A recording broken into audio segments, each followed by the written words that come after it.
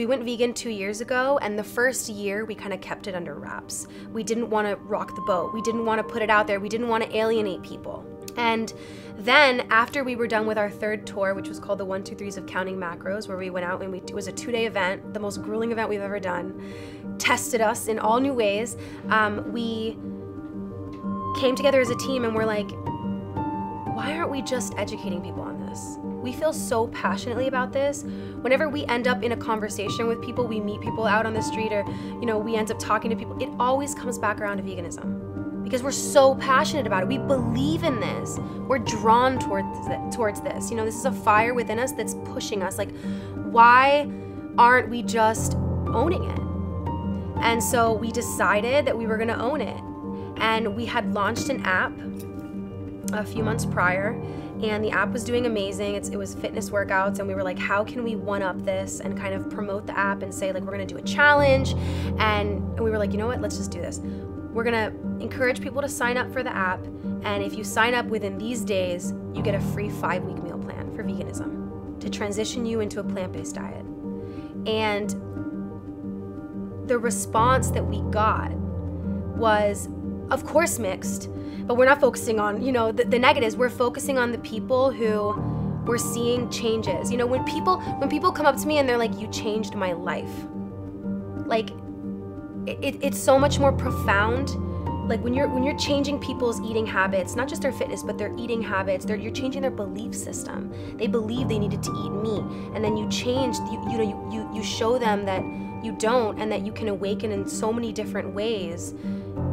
And that changes people in such a fundamental way that it impacts everyone around them, and then it becomes a domino effect, And that's what we're focusing on. That's the impact, rather than influence, where we could just influence people to buy a tea or a fitness program.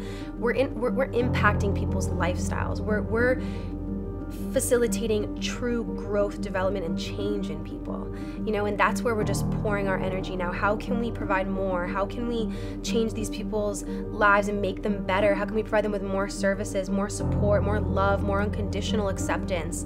And we've created this culture of just vulnerability, of you can be who you are, and I will love and accept you, and that love and acceptance will empower you to see that you're worthy of love and acceptance, that you're worthy of doing better, that you're worthy of becoming more.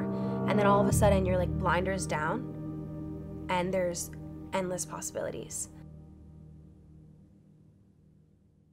There's 3 reasons people go vegan. One is for the body, and it's usually tied to they have a chronic disease, they have heart disease, they've had cancer, they have diabetes, rheumatoid arthritis. They have something in their lives, or someone in their lives has something like that they've seen impact the quality of life to the point that they want to change, and it's deep-rooted.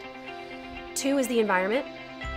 You realize that the choices that you make not have the power to impact. They do impact the planet that we live on and its finite resources, and how the meat and dairy industry are destroying the planet, and the fish farming industry is destroying the ocean.